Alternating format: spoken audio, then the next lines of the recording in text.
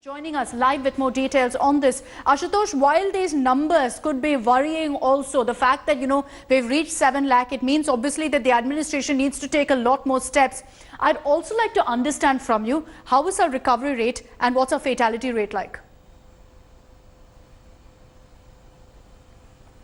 So, as we know that since the number of tests across the country has been, increased, and that's multifold, except few states, those are still, conducting very less number of tests. Of course, the numbers have not grown up, but gradually, what we are seeing in different states where the testing is being carried out in a huge number, the numbers of positive cases are rising. So clearly, at that case, as far as mortality rate is concerned, even the data that has been released by ICMR, this also shows that the fatality rate is still nothing that's something really need to be bothered about, because the recovery rate is too high. For example, if you talk about Delhi, there the case has crossed 1 lakh, and then a total number stands as per the latest bulletin says that 1,0823 cases. But 72,000 people have already been recovered. So perhaps why the active cases are now showing a declining trend. And even after carrying more and more testing, the number of positive cases and the speed that it had few days ago has now drastically reduced. So clearly, what it seems that those states have carried few number of tests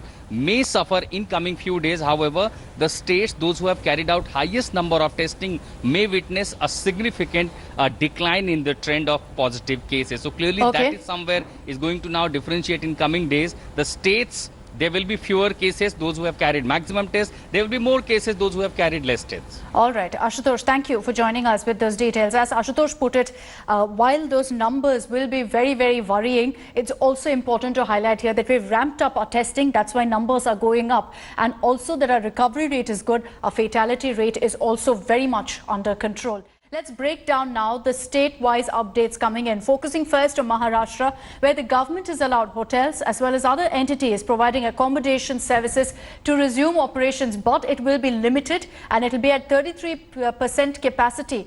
Hotels will be opening from tomorrow, and this applies not just to hotels but also lodges and guest houses, all of them lying outside of containment zones. The state government has come up with a detailed SOP. Thermal screening will be mandatory at the entrance. Only asymptomatic guests will be allowed, and use of the Arogya Setu app will be mandatory. Restaurants in hotels will ensure that seating arrangement is made in a way that social distancing is maintained. The relaxation in curbs came as Maharashtra recorded 5,368 new cases and 204 deaths on Monday.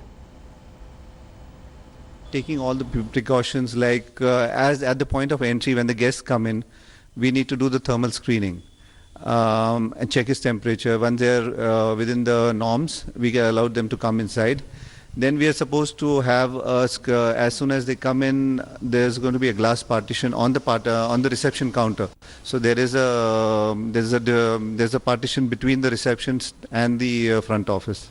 Since last 3 months, the hotel was shut down. What all steps are being taken to once again get into action? Yeah, so basically the main we are trying to do is sanitize the whole place and get our staff also used to it, train them.